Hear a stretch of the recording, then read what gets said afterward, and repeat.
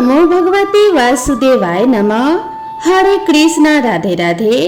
नमस्कार दोस्तों, आप सभी को गुरुवार व्रत की हार्दिक शुभकामनाएं। आज हम आपको बृहस्पति देव की कथा महिमा सुनाने जा रहे हैं, जिसे सुनकर आपको सुख और समृद्धि की प्राप्ति होगी। बृहस्पति जी के प्रभाव से इस लोक के सुख को भोग कर स्वर्ग की प्राप्ति होती है। बृहस्पति देव की कृपा आपके परिवार पर बनी रहे। बृहस्पति देव ऐसे ही हैं, जैसे जिसके मन में कामनाएं हैं सभी को पूर्ण करते हैं। जो सद्भावना पूर्वक बृहस्पतिवार का व्रत करता एवं कथा पढ़ता है अथवा सुनता है और दूसरों को सुनाता है, बृहस्पति देव उसकी सभी मनोकामना को पूर्ण करते हैं। भगवान बृहस्पति देव उसकी सदैव रक्षा करते हैं। संसार में जो मनुष्य सद्भावना से भगवान जी का पूजन व व्रत सच्चे हृदय से करते हैं, तो उनकी सभी मनोकामनाएं भगवान जी पूर्ण करते हैं। जैसे सच्ची भावना से रानी और राजा ने उनकी कथा का गुणगान किया, तो उनकी सभी इच्छाएं बृहस्पति देव जी ने पूर्ण की थी। इसीलिए पूर्ण कथा जरूर सुनना चाहिए। हृदय से उनका मनन करते हुए जयकारा बोलना चाहिए। बोलो बृहस्पति देव भगवान की जय, विष्णु भगवान की जय। तो अब आइए श्रवण करते हैं बृहस्पतिवार व्रत की पौराणिक कथा। भारतवर्ष में एक प्रतापी और दानी राजा राज्य करता था। वह नित्य गरीबों और ब्राह्मणों की सहायता करता था, परंतु यह बात उसकी रानी को अच्छी नहीं लगती थी। वह ना ही गरीबों को दान देती और ना ही भगवान का पूजन करती थी, और राजा को भी दान देने से मना किया करती थी। एक दिन राजा शिकार खेलने वन को गए हुए थे, तो रानी महल में अकेली थी।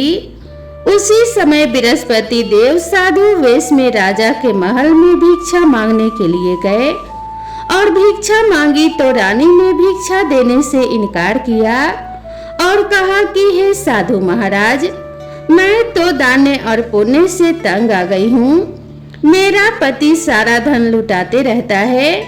मेरी इच्छा है कि हमारा धन नष्ट हो जाए, फिर ना रहेगा बांस और ना बजेगी बांसुरी। साधु ने कहा, देवी तुम तो बड़ी विचित्र हो।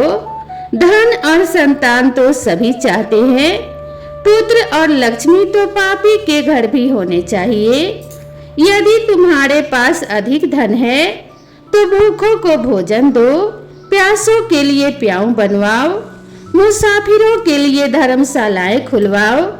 जो निर्धन अपनी कुंवारी कन्याओं का विवाह नहीं कर सकते, उनका विवाह करा दो। ऐसे और कई काम हैं जिनके करने से तुम्हारा यश लोक परलोक में फैलेगा। परंतु रानी पर उपदेश का कोई प्रभाव ना पड़ा। वह बोली, महाराज आप मुझे कुछ ना समझाए। मैं ऐसा धन नहीं चाहती जो हर जगह बांटती फिरूं। साधु ने उत्तर दिया कि यदि तुम्हारी ऐसी ही इच्छा है तो तथास्तु। तुम ऐसा करना कि बृहस्पतिवार को घर लीपकर पीली मिट्टी से अपना सिर धोकर स्नान करना, भट्टी चढ़ाकर कपड़े धोना। ऐसा करने से आपका सारा धन नष्ट हो जाएगा। इतना कहकर वह साधु महाराज वहां से आलोप हो गए। साधु के अनुसार कई बातों को पूरा करते हुए रानी को केवल 3 बृहस्पतिवार ही बीते थे कि उसकी समस्त धन संपत्ति नष्ट हो गई। राजा और रानी भोजन के लिए तरसने लगे।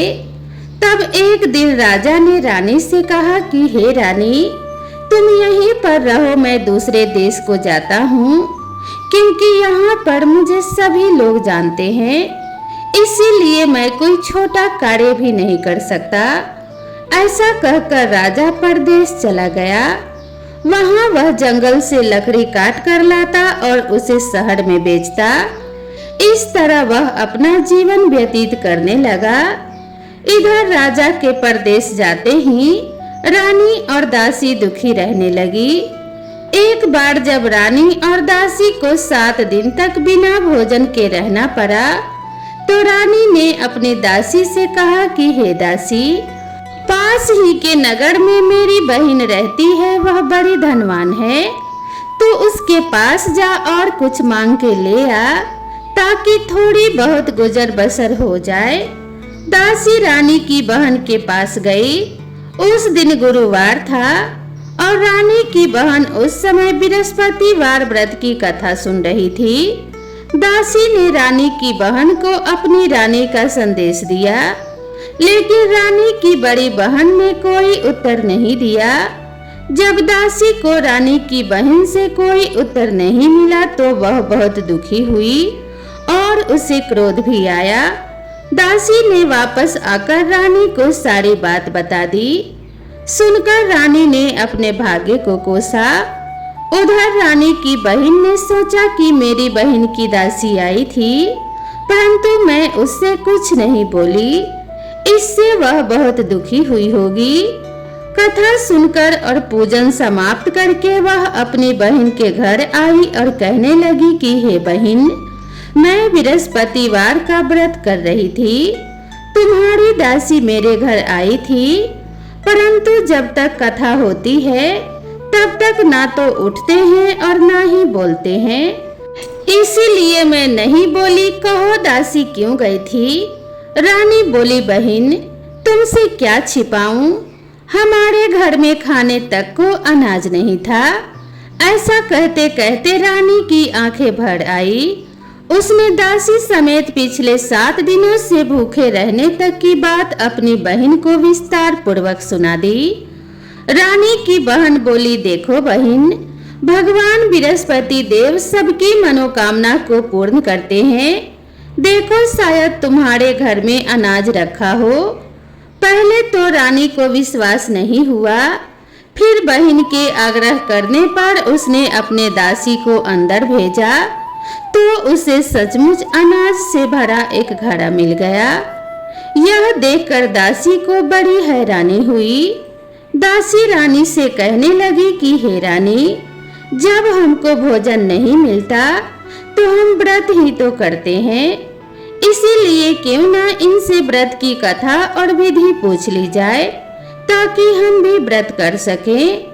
तब रानी ने अपनी बहन से बृहस्पतिवार व्रत के बारे में पूछा। उसकी बहन ने बताया, बृहस्पतिवार व्रत में चने की दाल और मुनक्का से विष्णु भगवान का केले की जड़ में पूजन करें तथा दीपक जलाएं, व्रत की कथा सुने और पीला ही भोजन करें, इससे बृहस्पति देव प्रसन्न होते हैं। व्रत और पूजन विधि बताकर रानी की बहन अपने घर को लौट गई। 7 दिन के बाद जब गुरुवार आया तो रानी और दासी ने व्रत रखा। गुड़साल में जाकर चना और गुड़ लेकर आई, फिर उससे केले की जड़ तथा विष्णु भगवान का पूजन किया। अब पीला भोजन कहाँ से आए, इस बात को लेकर दोनों बहुत दुखी थे। क्योंकि उन्होंने बृहस्पति देव का व्रत रखा था, इसीलिए बृहस्पति देव भगवान उनसे बहुत प्रसन्न थे। इसीलिए वे एक साधारण व्यक्ति का रूप धारण कर 2 थालों में सुंदर पीला भोजन दासी को दे गए। भोजन पाकर दासी बहुत प्रसन्न हुई और फिर रानी के साथ मिलकर भोजन ग्रहण किया। इसके बाद वे सभी गुरुवार को व्रत और पूजन करने लगी।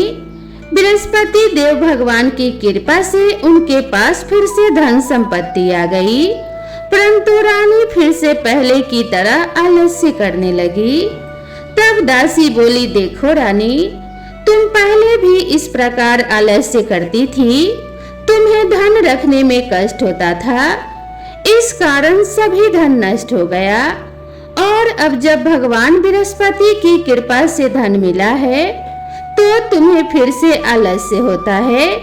रानी को समझाते हुए दासी कहती है कि बड़ी मुसीबतों के बाद हमने यह धन पाया है, इसीलिए हमें दान पुण्य करना चाहिए, भूखे मनुष्यों को भोजन कराना चाहिए और धन को शुभ कार्यों में खर्च करना चाहिए, जिससे तुम्हारे कुल का यश बढ़ेगा स्वर्ग की प्राप्ति होगी और पितर प्रसन्न होंगे। दासी की बात मानकर रानी अपना धन शुभ कार्यों में खर्च करने लगी, जिससे पूरे नगर में उसका यश फैलने लगा। बृहस्पतिवार व्रत कथा के बाद श्रद्धा के साथ आरती की जानी चाहिए। इसके बाद प्रसाद बांटकर उसे ग्रहण करना चाहिए। एक दिन राजा दुखी होकर जंगल में एक पेड़ के नीचे आसन जमाकर बैठ गया। वह अपनी दशा को याद करके व्याकुल होने लगा। बृहस्पतिवार का दिन था। एकाएक उसने देखा कि निर्जन वन में एक साधु प्रकट हुए। वह साधु वेश में स्वयं बृहस्पति देवता थे। लकड़हारे के सामने आकर बोले कि हे लकड़हारे, इस सुनसान जंगल में तू चिंता मगन क्यों बैठा है? लकड़हारे ने दोनों हाथ जोड़कर प्रणाम किया और उत्तर दिया, महात्मा जी आप सब कुछ जानते हैं, मैं क्या कहूँ? यह कहकर वह रोने लगा और साधु को अपनी आत्मकथा सुनाई। महात्मा जी ने कहा, तुम्हारी स्त्री ने बृहस्पतिवार के दिन भगवान बृहस्पति का निरादर किया था, जिसके कारण रुष्ट होकर उन्होंने तुम्हारी यह दशा कर दी। अब तुम चिंता को दूर करके मेरे कहने पर चलो तो तुम्हारे सब कष्ट दूर हो जाएंगे और भगवान पहले से भी अधिक धन संपत्ति देंगे। तुम बृहस्पतिवार के दिन कथा किया करो और 2 पैसे के चने मुनक्का लाकर उसका प्रसाद बनाओ और शुद्ध जल से लोटे में शक्कर मिलाकर अमृत तैयार करो। कथा के पश्चात अपने सारे परिवार और सुनने वाले प्रेमियों में अमृत व प्रसाद बांटकर आप भी ग्रहण करो। ऐसा करने से भगवान तुम्हारी सब मनोकामनाएं पूरी करेंगे। साधु के ऐसे वचन सुनकर लकड़हारा बोला कि हे प्रभु, मुझे लकड़ी बेचकर इतना पैसा नहीं मिलता जिससे भोजन के उपरांत कुछ बचा सकूं। मैंने रात्रि में अपने स्त्री को व्याकुल देखा है। मेरे पास कुछ भी नहीं है जिससे मैं उसकी खबर मंगा सकूं। साधु ने कहा कि हे लकड़हारे, तुम किसी बात की चिंता मत करो। बृहस्पतिवार के दिन तुम रोजाना की तरह लकड़ियां लेकर शहर को जाओ। तुमको रोज से दुगना धन प्राप्त होगा, जिससे तुम भली भांति भोजन कर लोगे तथा बृहस्पति देव की पूजा का सामान भी आ जाएगा। इतना कहकर साधु अंतर्ध्यान हो गए। धीरे धीरे समय व्यतीत होने पर फिर वही बृहस्पतिवार का दिन आया। लकड़हारा जंगल से लकड़ी काटकर किसी शहर में बेचने गया। उसे उस दिन और दिन से अधिक पैसा मिला। राजा ने चना गुड़ आदि लाकर गुरुवार का व्रत किया। उस दिन से उसके सभी कलेश दूर हुए। परंतु जब दोबारा गुरुवार का दिन आया तो बृहस्पतिवार का व्रत करना भूल गया। इस कारण बृहस्पति भगवान नाराज हो गए। उस दिन उस नगर के राजा ने विशाल यज्ञ का आयोजन किया तथा शहर में यह घोषणा करा दी कि कोई भी मनुष्य अपने घर में भोजन न बनावे न आग जलावे। समस्त जनता मेरे यहाँ भोजन करने आवे। इस आज्ञा को जो न मानेगा उसे फांसी की सजा दी जाएगी। इस तरह की घोषणा संपूर्ण नगर में करवा दी गई। राजा की आज्ञा अनुसार शहर के सभी लोग भोजन करने गए, लेकिन लकड़हारा कुछ देर से पहुंचा। इसीलिए राजा उसके अपने साथ अपने घर ले गए और ले जाकर भोजन करा रहे थे तो रानी की दृष्टि उस खूंटी पर पड़ी जिस पर उसका हार लटका हुआ था। वह वहां पर दिखाई नहीं दिया। रानी ने निश्चय किया कि मेरा हार इस मनुष्य ने चुरा लिया है। उसी समय सिपाहियों को बुलाकर उसको कारागार में डलवा दिया। जब लकड़हारा कारागार में पड़ गया और बहुत दुखी होकर विचार करने लगा कि ना जाने कौन से पूर्व जन्म के कर्म से मुझे यह दुख प्राप्त हुआ है, और उसी साधु को याद करने लगा जो कि जंगल में मिला था। उसी समय तत्काल बृहस्पति देव साधु के रूप में प्रकट हुए और और उसकी दशा को देखकर कहने लगे, अरे मूर्ख, तूने बृहस्पति देव की कथा नहीं करी, इस कारण तुझे दुख प्राप्त हुआ है। अब तू चिंता मत कर। बृहस्पतिवार के दिन कारागार के दरवाजे पर 4 पैसे पड़े मिलेंगे, उनसे तू बृहस्पति देव की पूजा करना, तेरे सभी कष्ट दूर हो जाएंगे। बृहस्पतिवार के दिन उसे 4 पैसे मिले। लकड़हारे ने कथा कही। उसी रात्रि को बृहस्पति देव ने उस नगर के राजा को स्वप्न में कहा कि हे राजा, तुमने जिस आदमी को कारागार में बंद कर दिया है वह निर्दोष है, वह राजा है, उसे छोड़ देना। रानी का हार उसी खूंटी पर लटका है, अगर तू ऐसा नहीं करेगा तो मैं तेरे राज्य को नष्ट कर दूंगा। इस तरह रात्रि के स्वप्न को देखकर राजा प्रातः काल उठा और खूंटी पर हार देखकर लकड़हारे को बुलाकर क्षमा मांगी तथा लकड़हारे को योग्य सुंदर वस्त्र आभूषण देकर विदा कर दिया।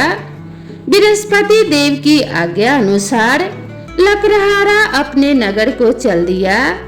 जब राजा अपने नगर के निकट पहुंचा तो उसे बड़ा आश्चर्य हुआ। नगर में पहले से अधिक बाग, तालाब, कुएं तथा बहुत सी धर्मशाला, मंदिर आदि बन गई थी। राजा ने पूछा, यह किसका बाग और धर्मशाला है? तब नगर के सब लोग कहने लगे, यह सब रानी और बांदी के है। तो राजा को आश्चर्य हुआ और गुस्सा भी आया। जब रानी ने यह खबर सुनी कि राजा आ रहे हैं तो दासी से कहा कि हे दासी, देख राजा हमको कितनी बुरी हालत में छोड़ गए थे। हमारी ऐसी दशा देखकर वह कहीं लौट न जाए, इसीलिए तू दरवाजे पर खड़ी हो जा। आज्ञा अनुसार दासी दरवाजे पर खड़ी हो गई। राजा आए तो उन्हें अपने साथ लिवा लाई। तब राजा ने क्रोध करके अपनी रानी से पूछा कि हे रानी, यह धन तुम्हें कैसे प्राप्त हुआ है? तब उन्होंने कहा कि हमें यह सब धन बृहस्पति देव के इस व्रत के प्रभाव से प्राप्त हुआ है। राजा ने निश्चय किया कि 7 रोज बाद तो सभी बृहस्पति देव का पूजन करते हैं, परंतु मैं प्रतिदिन दिन में 3 बार कहानी तथा रोज व्रत किया करूंगा। अब हर समय राजा के दुपट्टे में चने की दाल बंधी रहती थी तथा दिन में 3 बार कहानी कहता। एक रोज राजा ने विचार किया कि चलो अपनी बहन के यहाँ हो आवें। इस तरह निश्चय कर राजा घोड़े पर सवार हो अपनी बहन के यहाँ को चलने लगा। मार्ग में उसने देखा कि कुछ आदमी एक मुर्दे को लिए जा रहे हैं। उन्हें रोककर राजा कहने लगा, अरे भाइयों, मेरी बृहस्पति देव की कथा सुन लो। वे बोले, लो हमारा तो आदमी मर गया है, इसको अपनी कथा की पड़ी है। परंतु कुछ आदमी बोले, अच्छा कहो, हम तुम्हारी कथा भी सुनेंगे। राजा ने दाल निकाली और जब कथा आधी हुई थी कि मुर्दा हिलने लग गया और जब कथा समाप्त हो गई तो राम राम करके मनुष्य उठकर खड़ा हो गया। आगे मार्ग में उसे एक किसान खेत में हल चलाता मिला। राजा ने उसे देखा और उससे बोले, अरे भैया, तुम मेरी बृहस्पतिवार की कथा सुन लो। किसान बोला, जब तक मैं तेरी कथा सुनूंगा तब तक 4 हरैया जोत लूंगा। जा अपनी कथा किसी और को सुनाना। इस तरह राजा आगे चलने लगा। राजा के हटते ही बैल पछाड़ खाकर गिर गए तथा किसान के पेट में बड़ी जोर का दर्द होने लगा। उसी समय उसकी माँ रोटी लेकर आई। उसने जब यह देखा तो अपने पुत्र से सब हाल पूछा और बेटे ने सभी हाल कह दिया। तो बुढ़िया दौड़ी दौड़ी उस घुड़सवार के पास गई और उससे बोली कि मैं तेरी कथा सुनूंगी, तू अपनी कथा मेरे खेत पर चलकर ही कहना। राजा ने बुढ़िया के खेत पर जाकर कथा कही, जिसको सुनते ही वह बैल उठकर खड़े हुए तथा किसान के पेट का दर्द भी बंद हो गया। राजा अपनी बहन के घर पहुंचा बहन ने भाई की खूब मेहमानी की। दूसरे रोज प्रातः काल राजा जगा तो वह देखने लगा कि सभी लोग भोजन कर रहे हैं। राजा ने अपनी बहन से कहा कि हे बहन, ऐसा कोई मनुष्य है जिसने भोजन नहीं किया हो, मेरी बृहस्पतिवार की कथा सुन ले। बहन बोली कि हे भैया, यह देश ही ऐसा है कि पहले यहाँ लोग भोजन करते हैं, बाद में अन्य काम करते हैं। अगर कोई पड़ोस में हो तो दिखाऊं। वह ऐसा कहकर देखने चली गई, परंतु उसे कोई ऐसा व्यक्ति नहीं मिला जिसने भोजन ना किया हो। अतः वह एक कुम्हार के घर गई जिसका लड़का बीमार था। उसे मालूम हुआ कि उनके यहाँ 3 रोज से किसी ने भोजन नहीं किया है। रानी ने अपने भाई की कथा सुनने के लिए कुम्हार से कहा। वह तैयार हो गया। राजा ने जाकर बृहस्पतिवार की कथा कही, जिसको सुनकर उसका लड़का ठीक हो गया। अब तो राजा की प्रशंसा होने लगी। एक रोज राजा ने अपनी बहन से कहा कि हे बहन, हम अपने घर को जाएंगे, तुम भी तैयार हो जाओ। राजा की बहन ने अपनी सास से कहा। सास ने कहा कि हाँ चली जा, परंतु अपने लड़कों को मत ले जाना, क्योंकि तेरे भाई की कोई औलाद नहीं है। बहन ने कहा कि हे भैया, मैं तो चलूंगी पर कोई बालक नहीं जाएगा। राजा बोला, जब कोई बालक नहीं चलेगा तब तुम ही क्या करोगी। बड़े दुखी मन से राजा अपने नगर को लौट आया। राजा ने अपने रानी से कहा कि हम निर्वंशी हैं, हमारा मुंह देखने का धर्म नहीं है और कुछ भोजन आदि नहीं किया। रानी बोली कि हे प्रभु, बृहस्पति देव ने हमें सब कुछ दिया है, वह हमें औलाद अवश्य देंगे। उसी रात को बृहस्पति देव ने राजा से स्वप्न में कहा कि हे राजा, उठ, सभी सोच को त्याग दे, तेरी रानी गर्भ से है। राजा को यह बात सुनकर बड़ी खुशी हुई। 9वें महीने में उसके गर्भ से एक सुंदर पुत्र पैदा हुआ। तब राजा बोला कि हे रानी, स्त्री बिना भोजन के रह सकती है पर बिना कहे नहीं रह सकती। जब मेरी बहन आवे तब तुम उससे कुछ मत कहना। रानी ने सुनकर हाँ कर दिया। जब राजा की बहन ने यह शुभ समाचार सुना तो वह बहुत खुश हुई तथा बधाई लेकर अपने भाई के यहाँ आई। तभी रानी ने कहा कि घोड़ा चढ़कर तो नहीं आई, गधा चढ़ी आई। राजा की बहन बोली, भाभी, मैं इस प्रकार न कहती तो तुम्हें औलाद कैसे मिलती। बृहस्पति देव ऐसे ही हैं, जैसी जिसके मन में कामनाएं हैं सभी को पूर्ण करते हैं। जो सद्भावना पूर्वक बृहस्पतिवार का व्रत करता है एवं कथा पढ़ता है अथवा सुनता है, दूसरों को सुनाता है, बृहस्पति देव उसकी सभी मनोकामना पूर्ण करते हैं। भगवान बृहस्पति देव उसकी सदैव रक्षा करते हैं। संसार में जो मनुष्य सद्भावना से भगवान जी का पूजन व व्रत सच्चे हृदय से करते हैं तो उनकी सभी मनोकामनाएं भगवान जी पूर्ण करते हैं। जैसे सच्ची भावना से राजा और रानी ने उनकी कथा का गुणगान किया तो उनकी सभी इच्छाएं बृहस्पति देव जी ने पूर्ण की थी। इसीलिए पूरी कथा सुनने के बाद प्रसाद लेकर जाना चाहिए। हृदय से उनका मनन करते हुए जयकारा बोलना चाहिए। बोलो बृहस्पति देव की जय, भगवान विष्णु की जय। अब आइए श्रवण करते हैं बृहस्पतिवार व्रत की दूसरी कथा।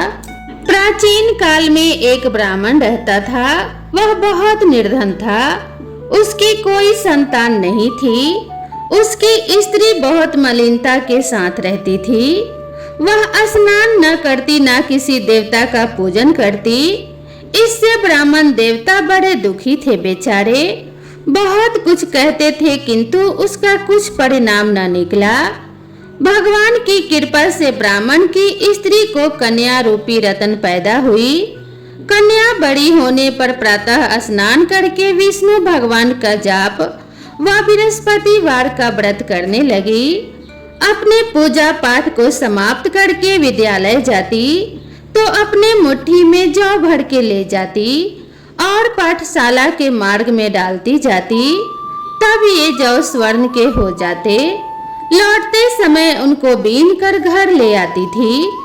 एक दिन वह बालिका सूप में से उस सोने के जौ को फटक कर साफ कर रही थी कि उसके पिता ने देख लिया और कहा कि हे बेटी, सोने के जौ के लिए सोने का सूप होना चाहिए। दूसरे दिन बृहस्पतिवार का दिन था।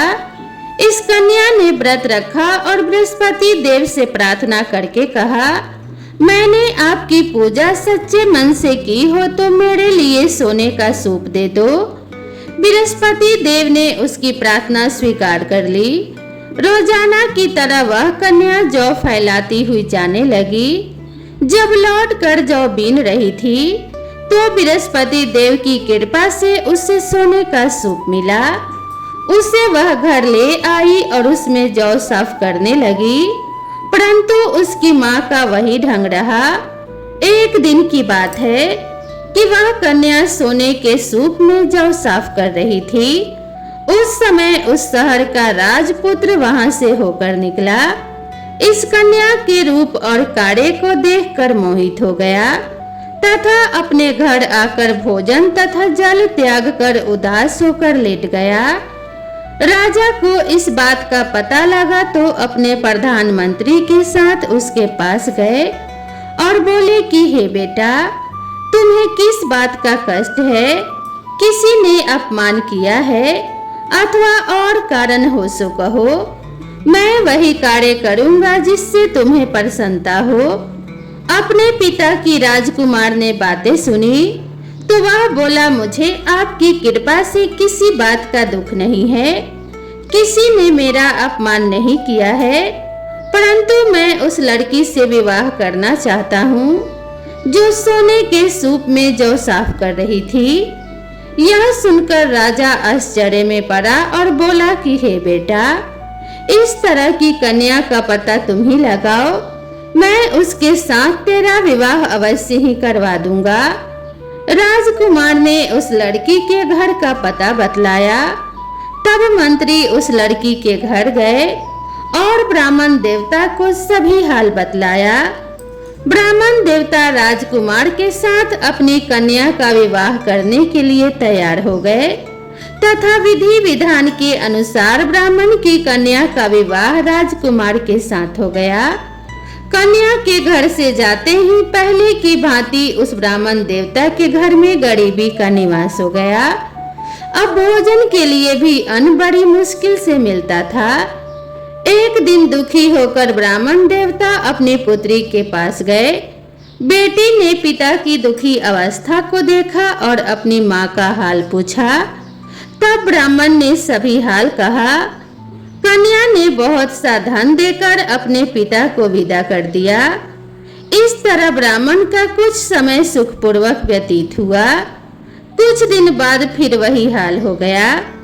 ब्राह्मण फिर अपनी कन्या के यहाँ गया और सारा हाल कहा तो लड़की बोली कि हे पिताजी, आप माता जी को यहाँ लिवा लाओ, मैं उसे विधि बता दूंगी जिससे गरीबी दूर हो जाए। वह ब्राह्मण देवता अपनी स्त्री को साथ लेकर पहुँचे तो अपनी माँ को समझाने लगी कि हे माँ, तुम प्रातः काल प्रथम स्नान आदि करके विष्णु भगवान का पूजन करो तो सब दरिद्रता दूर हो जाएगी। परंतु उसकी माँ ने एक भी बात नहीं मानी और प्रातः काल उठकर अपनी पुत्री के बच्चों के जूठन को खा लिया। इससे उसकी पुत्री को भी बहुत गुस्सा आया और एक रात को कोठरी से सभी सामान निकाल दिया और अपनी माँ को उसमें बंद कर दिया। प्रातः काल उसे निकाला तथा स्नान आदि करा के पाठ करवाया तो उसकी माँ की बुद्धि भी ठीक हो गई और फिर प्रत्येक बृहस्पतिवार को व्रत रखने लगी। इस व्रत के प्रभाव से उसके माँ बाप भी बहुत धनवान और पुत्रवान हो गए और बृहस्पति जी के प्रभाव से इस लोक के सुख को भोग कर स्वर्ग को प्राप्त हुए। तो बोलो विष्णु भगवान की जय, बोलो बृहस्पति देव भगवान की जय। ओम नमो नारायणाय नमः। जय श्री कृष्ण। राधे राधे। दोस्तों, आप सभी को ये कथा कैसी लगी कृपया कमेंट करके जरूर बताएं। वीडियो पसंद आई हो तो इसे एक लाइक जरूर करें और अपने सभी परिवार और मित्रों के साथ शेयर कर दें। अगर आप मेरे चैनल पर पहली बार आए हैं तो चैनल को सब्सक्राइब करना ना भूलें। तो दोस्तों, भगवान बृहस्पति देव की कृपा आप सभी के ऊपर सदा सर्वदा बनी रहे। आप सभी के घर में धन्य धान्य की वृद्धि होती रहे।